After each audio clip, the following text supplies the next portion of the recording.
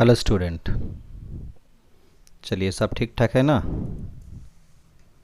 आइए, आज हम लोग क्लास 6 हिस्ट्री का, पिछला क्लास में तो चैप्टर 2 हम लोग डिस्कस किए थे।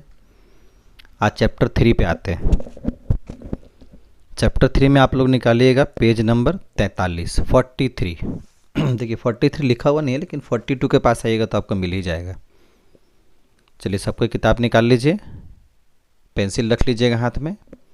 पेज नंबर 43 में आइए। आइए आइए, कोई बात नहीं, आइए आराम से आइए 43 में। चलिए 43 हम लोग डिस्कस करते हैं।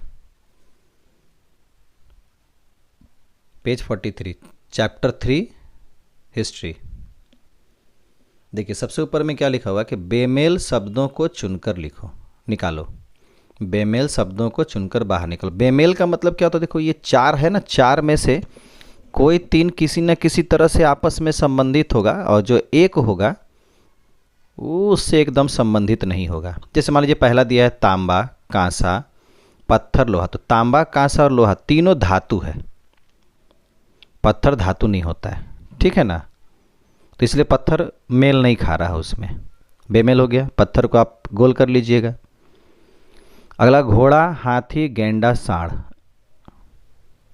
घोड़ा, हाथी, गेंडा, सांड। अब देखिए घोड़ा भी पालते हैं, हाथी भी पालते हैं, सांड भी पालते हैं। मेहरगढ़ सभ्यता के लोग पालते थे इसको। सांड तो अभी तक लोग पालते थे, ऐसा बात नहीं है। गेंडा कोई नहीं पालता है, गेंडा को सिर्फ चिड़ियाघरों में रखा जाता है, कोई पालता नहीं है। घर पे कोई पाल करके उसको रखता नहीं, उससे कोई लाभ नहीं है, इसलिए गेंडा बेमेल हो गया। कालीबंगा, मेहरगढ़, बनवाली और बोलावीर। तो इसमें आप बनवाली को बेमेल करिएगा, ठीक है। चलिए नीचे देखते हैं। नीचे दिए गए वाक्यों में कौन सही और कौन गलत है उसे लिखो। तो सही के सामने सही लिखिए, गलत के सामने गलत लिखिएगा। लिपि का व्यवहार, लिपि का व्यवहार सभ्यता का एक वैशिष्ट है। बात सही है। जैसे जैसे लिपि उन्नत होता चला गया, पता चला, उससे पता चला कि सभ्यता किस रूप में हुआ है। मेहरगढ़ सभ्यता का आविष्कार दयाराम साहनी ने किया था। जी नहीं, मेहरगढ़ दयाराम साहनी संबंधित नहीं है। मेहरगढ़ अलग है, मोहनजोदड़ो अलग है। हड़प्पा सभ्यता एक प्राक ऐतिहासिक युग की सभ्यता है, पुराना सभ्यता है, ये सही है। हड़प्पा के लोग लिखना जानते थे, ये भी सही बात है, क्योंकि हड़प्पा युग में कुछ लिखा हुआ भी चीज़ मिला है। आइए, सटीक शब्दों को चुनकर रिक्त स्थानों की पूर्ति करें। खाली स्थान भरना है। हड़प्पा सभ्यता के घर जो बने हुए थे ना, वो सिर्फ ईंटें पका करके, मैंने ईंटा धूप में पका के नहीं, उसको आग में ही पकाया गया था, एकदम जली हुई ईंटों से। जैसा से हम लोग का घर बनता है ना पक्का ईंट से, वैसा ईंट से, तो जली हुई ईंट से। हड़प्पा सभ्यता डैश कौन सा भाई? तांबा और ब्रॉन्ज का युग था। पत्थर युग में जाइएगा तो आप थोड़ा सा मेहरगढ़ में चल जाइए, वहाँ पत्थर युग था, लेकिन हड़प्पा सभ्यता जो है तांबा युग था। और ब्रॉन्ज, ब्रॉन्ज मैंने कांसा होता है। भारतीय उपमहादेश के हड़प्पा में ही प्रथम नगर देखा गया था। तो ये हो गया आपका खाली स्थान, बेमेल और सही गलत, ठीक है। अच्छी तरह से कर लीजिए एक बार। अब देखिए, अब बोला कि अपनी भाषा में सोचकर, मैंने पिछला दिन ही समझाया था, अपनी भाषा में सोचकर मतलब है कि अपने तौर तरीके से लिखना है, ठीक है। हाँ, ये नहीं कि अब भोजपुरी बंगला में लिख दिए, वैसे जिनका बंगला भाषा भाषी हो तो बंगला में लिखें, लेकिन अब हम लोग अब हिंदी भाषा भाषी लगे भोजपुरी में लिखने, तो हो गया फुर्सत। अपनी भाषा में, अपनी भाषा मतलब एक ठो किताब का पढ़ लिए और उसको थोड़ा बना उना के भी लिख सकते हैं। अब बना के लिखने का मतलब ये नहीं कि अब लिख रहे इतिहास उसमें डाल दिए कुछ और, हाँ वैसा नहीं, गाना उना नहीं लिख देना है। तो इसमें पहला सवाल है कि तुम जिस शहर को जानते हो उनमें किसी एक शहर में, खैर इसको छोड़ दीजिए, इस तरह का सवाल एग्जाम में नहीं है पूछा जाता है। 4.2 देखिए, सिंधु नदी के किनारे हड़प्पा सभ्यता के शहर क्यों विकसित हुए थे, ठीक है। तो अगर आप लोग को दिखता हो तो ऊपर पेंसिल से हम लिखे हैं, ठीक है, और हम बोल भी रहे हैं, नहीं होता है तो लिख लीजिएगा आप लोग। कि हड़प्पा सभ्यता के जो विकास है वो सिंधु नदी के किनारे ही क्यों हुआ है। तो देखिए यहाँ पे लिखा हुआ है, अच्छी तरह से देख लीजिए। ठीक है, तो हड़प्पा सभ्यता के नगर सिंधु नदी के किनारे ही विकसित हुए, इसके निम्नलिखित कारण देखने को मिलते हैं। लिखिएगा, क्या बोले? हड़प्पा सभ्यता के नगर सिंधु नदी के किनारे ही विकसित हुए, इसके निम्नलिखित कारण देखने को। मन करे तो किताब को ऊपर में लिख ले, किताब को ऊपर में लिखिएगा तो स्कूल में किताब चुरा लेगा सब, लेकिन हाँ, तो इसको अभी लिख लो किताब में, और इसके बाद कॉपी वगैरह में नोट फेयर कर लीजिएगा। मान लीजिए किताब कोई चोरी भी कर ले, ये सारा फेयर करिएगा, ये वाला भी फेयर करिएगा, ये वाला भी फेयर करिएगा, ये सब कॉपी में फेयर रहना चाहिए। किताब गुम भी हो जाए तो खैर अब तो लगता है चोरी नहीं होगा, जब सब कोई इसको देख देख के अपना कॉपी में लिख ले, किताब में लिखिए लेगा। पहले क्या था, आप कोई सर के पास पढ़ते तो वो आपको लिखाते, तो दूसरा कोई नहीं पढ़ता था, उसका नहीं लिखा हुआ होता था तो चोरी कर लेता था। अभी दिक्कत नहीं, अभी तो अब इस पे आ गए हैं, तो अब सब कोई लिख लेगा, तो अब चोरी करने वाला बात तो नहीं रहना चाहिए, अपना अपना लिख ही लेगा सब। तो देखिए, लिखिए, हड़प्पा सभ्यता के नगर सिंधु नदी के किनारे ही विकसित हुए, इसके निम्नलिखित कारण देखने को मिलते हैं। नीचे 1 नंबर लिखिएगा, 1 नंबर देखें, नदी के किनारे होने से यहाँ की जमीन काफ़ी उपजाऊ थी। नदी किनारे होने से यहाँ की जमीन काफ़ी उपजाऊ थी। दूसरा, सिंचाई की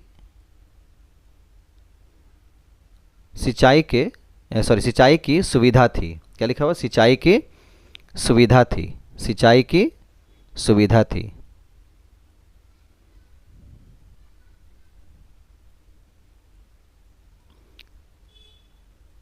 तीसरा देख लीजिए अगर दिखे तो, जल यातायात की सुविधा थी। तीसरा नंबर, जल यातायात की सुविधा थी। नदी मार्ग से इनका व्यापार आसानी से होता था। जल यातायात की सुविधा थी, नदी मार्ग से इनका व्यापार आसानी से होता था।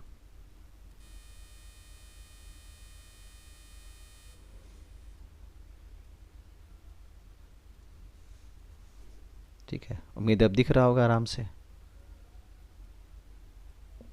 तो ये हो गया आपका आंसर, सिंधु नदी के किनारे हड़प्पा सभ्यता के शहर क्यों विकसित। देखिए, कोई भी दुनिया का जितना भी पुराना से पुराना नगर जो विकसित नगर है, ये तो सिंधु और हड़प्पा तो किताबों की बात है। जिन लोगों ने इस पर रिसर्च किया उन लोगों को भी सिर्फ अवशेष में बचे हुए अंश मिले। आज भी आप देखिए, जैसे पश्चिम बंगाल का कोलकाता काफ़ी विकसित शहर है, वो भी गंगा नदी के किनारे है। भारत में प्रयागराज काफ़ी विकसित शहर है, नदी के किनारे है। तो पटना देखिए, विकसित शहर है, यानी काफ़ी बिजी शहर है, और वहाँ पे लोग सभी मैंने बिहार के अन्य जगहों की तुलना में तो पटना में ज़्यादा लोग रहते हैं, बंगाल के अन्य जगहों की तुलना में कोलकाता में ज़्यादा लोग रहते हैं, वैसे उत्तर प्रदेश में अन्य जगहों की तुलना में प्रयागराज में ज़्यादा लोग रहते हैं। तो ये सब काशी जो है, तो ये सब नगर के ये सब नदी किनारे, बस नदी किनारे कई तरह का फ़ायदा था ना। एक तो नदी के इस पार से उस पार जाना है तो किसी भी तरह का नाव बना के आदमी फिर बिना पैसा लगा नाव बना करके चल गया, कोई खर्चा नहीं था। उस पार से सामान वामान खरीद के इस पार लेके चला आया, तो व्यापार जो था इधर का सामान उधर ले आके बेचा, तो व्यापार आराम से चलता था, सस्ता व्यापार था। ऊपर से नदी में बाढ़ वढ़ आने से क्या होता था, आसपास का जो ज़मीन था उसमें उपजाऊ मिट्टी जमा होता था, तो खेती के लिए खाद नहीं देना था। आदमी का जल का ज़रूरत है, ये आदमी पीता है पानी, नहाता है, घर धोना है, बहुत तरह का काम है पानी का। गाय भैंस रखा है तो उन लोग को नहाना धोना पीना, तो ये सारा काम के लिए पानी जो है, देखो जल ही जीवन ऐसे ही नहीं कहते, जल के बिना आदमी चलेगा। तो पहले कोई पानी का टंकी बना कर किसी के घर में पानी थोड़े पहुंचता था, तो आदमी को पानी पीना। तो इसलिए देखिएगा पहले के लोग जहाँ पर रहते थे, अगर वहाँ कोई नदी ना हो तो तालाब कोड़ के रखते थे वो लोग, पोखर बना के, कुआं बना के। तो पानी इंसान का सबसे ज़रूरी चीज़ है, जल ही जीवन, बिना जल का मर जाएगा। और नदी के किनारे जल का, और मैंने जल ही जीवन, तो नदी किनारे जीवन का कोई कमी नहीं था, तो इसीलिए वहाँ पर लोग बसे और उन्नत भी जल्दी किए वहाँ पर ही, क्योंकि सुविधा प्राप्त था। वहाँ पे आदमी को मेहनत कम करना पड़ता था, वहाँ की मिट्टी भी मुलायम होती थी, माने किसी भी तरह का ज़्यादा असुविधा वहाँ पे आदमी को नहीं हुआ। तो नदी किनारे कई ठो चीज़ होता है, एक तो वहाँ का ज़मीन उपजाऊ होता है, दूसरा क्या है भाई, वहाँ जल का सुविधा होता है, सिंचाई का सुविधा होता है। तीसरा, उसके मार्ग से व्यापार भी किया जा सकता है सस्ता। तो ये सारा होने के कारण कोई भी नगर विकसित हो जाएगा। तो यहाँ पे हड़प्पा सभ्यता भी जो है सिंधु नदी किनारे इसी कारण से विकसित होता हुआ दिखाई देता है, और कोई विशेष कारण इसका देखने को नहीं मिलता है। ठीक है, अब एक सवाल और है उसके नीचे 4.3 कि हड़प्पा सभ्यता में किस प्रकार के घर मिले हैं, उन घरों में कौन रहते थे। ठीक है, तो अब इसका आंसर जो है आपको पेज नंबर 36, 3 पर 6 36 36 में आपको मिल जाएगा। ठीक है, पेज नंबर 36 में देखिए यहाँ पे है ना, घरों के विभिन्न प्रकार के आकार भी देखे जाते थे। मोहनजोदड़ो में प्रायः 300 वर्ग मीटर आयतन का एक इमारत मिला है, जिसमें 24 घर और एक आंगन भी मिला था, और एक बड़े घर के ऊपर उठने के लिए सीढ़ी टूटी हुई अवस्था में। इससे पता चलता है कि उस समय के लोग सीढ़ी बनाना भी जानते थे। इस घर में अनेक मंजिला था, माने ये जो घर है, जैसे आजकल कैसे फ्लैट बनता है 20 तल्ला 30 तल्ला 50 तल्ला 10 तल्ला 4 तल्ला 3 तल्ला घर जो बनता है, तो यहाँ भी कई तल्ला मकान देखने को मिला। इसका मतलब कि ये सोचना कि हम ही लोग उन्नत हैं और पहले का लोग नहीं थे, गलत बात है। ये काफ़ी पुराना सभ्यता है, और यहाँ पे अगर बहुमंजिला मकान मिला है मतलब इससे पता चलता है कि वो लोग काफ़ी उन्नत थे। ठीक है, इस प्रकार के बड़े घर में बड़े लोग ही रहते थे। आज भी बड़े घर में बड़े लोग ही रहते हैं, आज झोपड़ी में तो छोटे लोग रहते हैं। ठीक है, ऐसा अंदाज लगाया जाता है। तो किस प्रकार के लोग रहते थे भाई, तो बड़े बड़े घरों में बड़े बड़े लोग रहते थे। आज भी जो बड़ा बड़ा घर होता है वहाँ बड़े लोग रहते हैं। घर से पता चलता है कि आदमी का औकात क्या है। ठीक है, घर जितना आलीशान है, बड़ा है, समझिए वो बहुत बड़ा आदमी है, और जिसका घर बहुत छोटा है, बहुत नीचे, छोटा नहीं बोलेंगे, मतलब एक तरह से इकोनॉमिकली आर्थिक रूप से कमज़ोर है वो आदमी, और कुछ नहीं, वो भी आगे बढ़ सकता है, इससे कोई बात नहीं है। ठीक है, तो ये हो गया आपका 4.3 का आंसर। आप लोग अंडरलाइन कर लीजिएगा इसको। अब इसके अलावा देखिए, इसमें सवाल तो कुछ है नहीं, लेकिन फिर भी मेरे तरफ से कुछ एक्स्ट्रा जो इसमें पढ़ने के लिए आपको हम बताएंगे, थोड़ा उसको आप अंडरलाइन करके पढ़ लीजिएगा। ठीक है, जैसे अब मेहरगढ़ वाले में आते हैं आप लोग, तो देखिए हम कितना नंबर पेज में है, देखिए तो 30 में है। तो ये नीचे का 2 लाइन आप अंडरलाइन करिएगा, ये नीचे वाला 2 लाइन अंडरलाइन कर लीजिए। इसके बाद यहाँ पर आइए ऊपर में एकदम, ठीक है, यहाँ से 1 2 3 लाइन अंडरलाइन करिएगा। ठीक है, ये जो तीनों है सामने दिख रहा होगा आप लोग को, देखिए है ना, ये तीनों अंडरलाइन कर लीजिए आप लोग। अब देखिए इसमें हम पढ़ देते क्या लिखा हुआ है, तो आपको समझ में आएगा कि हम क्या बोलना चाह रहे हैं। जैसे यहाँ लिखा हुआ है कि ये मेहरगढ़ के बारे में है। यहाँ के पाकिस्तान के बलूचिस्तान प्रदेश के, मतलब जो पाकिस्तान है वहाँ बलूचिस्तान बोल के एक जगह है, प्रदेश के मेहरगढ़ में तांबा पत्थर युग का एक प्राचीन केंद्र का खोज मिला है। मेहरगढ़ बोलान गिरिपथ से कुछ दूर स्थित है। यहाँ पर मूलतः कृषि निर्भर सभ्यता, माने जैसे हड़प्पा सभ्यता नगरीय सभ्यता थी, उन्नत सभ्यता थी, यहाँ पे कृषि वाली सभ्यता थी। ये उन्नत उतना नहीं, माने उन्नति के लाइन में ही है, लेकिन हड़प्पा में जैसे पक्के घर मिले, सीढ़ी मिला, सड़क मिला, नाली मिला, नहाने के लिए स्विमिंग पूल जिसको स्नानागार कहेंगे वो मिला, ऐसा कुछ नहीं। ये थोड़ा कृषि वाला सभ्यता था। ठीक, जैसे हम लोग यहाँ कैसे शहर और देहात होता है, तो देहात में क्या होता है, लोग कृषि बेस्ड रहते हैं, वहाँ पे कृषि आधारित रहते हैं, वहाँ पे शहर जैसा सुविधा वहाँ नहीं देखने को मिलता। वही बात यहाँ पर है। तो आप हड़प्पा को शहर ले लीजिए, मेहरगढ़ को गाँव ले लीजिए। निर्भर सभ्यता खोज मिली है। यह समय 1974 ईसा के बाद था। फ्रांस पुरातत्ववेता वे होते हैं जो खुदाई करके और वहाँ के जो पत्थर उत्थर मिलता है उससे वो लोग पता लगाते हैं ये कितना पुराना, उनके उसका पढ़ाई वो लोग करते हैं। जॉन, ठीक है, फ्रांसो या जारिज मेहरगढ़ सभ्यता का आविष्कार किए थे। इस संबंध में उन्हें रिचार्ड मेडो ने सहायता प्रदान। अब यहाँ से पूछ सकता है कि कौन किया था, इसको सहायता किसका मिला था। ठीक है, इसके बाद आप पेज नंबर में आएंगे, देखिए पेज नंबर 33 देख लीजिए, पेज नंबर 33 में आइएगा और देखिए यहाँ पर आइए आप, ये वाला जगह पर, और ऊपर का 1 2 फिर एक लाइन छोड़ के तीसरा और चौथा लाइन को अंडरलाइन करिएगा। 1 2 तीसरा छोड़ दीजिएगा, चौथा और पांचवा लाइन अंडरलाइन करिएगा। अब इसको हम पढ़ देते हैं, देखिए समझिएगा। बोला कि 1912 ईसा पूर्व में हड़प्पा और 1922 ईसा पूर्व में मोहनजोदड़ो केंद्र के 2 आविष्कार किया गया था। यह दोनों ही केंद्र सिंधु घाटी में है, इसलिए आरंभ में इस सभ्यता का नाम सिंधु। अब सिंधु नदी जो है वो भारत से बहते हुए पाकिस्तान की तरफ में जाती है अभी फिलहाल।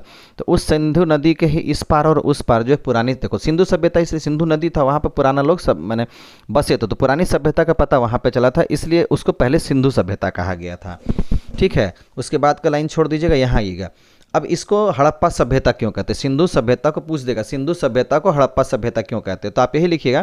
तो यहाँ पर इस सभ्यता के प्रथम केंद्र का आविष्कार हुआ था हड़प्पा में। इसके अलावा हड़प्पा ही इस सभ्यता का सबसे बड़ा केंद्र था, इसलिए सिंधु सभ्यता को हड़प्पा सभ्यता भी कहते हैं। ये पूछेगा आपसे, ठीक है। और इसके अलावा हमको नहीं लगता है कुछ इसमें पढ़ने लायक है, और स्कूल में जो पढ़ाएगा उस पर विशेष ध्यान दीजिएगा, हम तो बोलेंगे, ठीक है, उसको देखना है। और यहाँ पे जो हम लोग किताब में टिक किए हैं इसको देखना है, ठीक है। तो अब इसके बाद खाली हमको बता दीजिएगा, अच्छा ठीक, बताने दरकार नहीं, हम देख लेंगे। अगर सिलेबस में और ज़्यादा होगा तो हम करा देंगे आपको 4 चैप्टर भी, और नहीं तो नेक्स्ट क्लास में आपको हम जियोग्राफी बताएंगे, ठीक है। तो आप लोग किताब उताब लेकर के रेडी रहेंगे जब हम जियोग्राफी का वीडियो भेजेंगे। चलिए आज के लिए टाटा बाय बाय।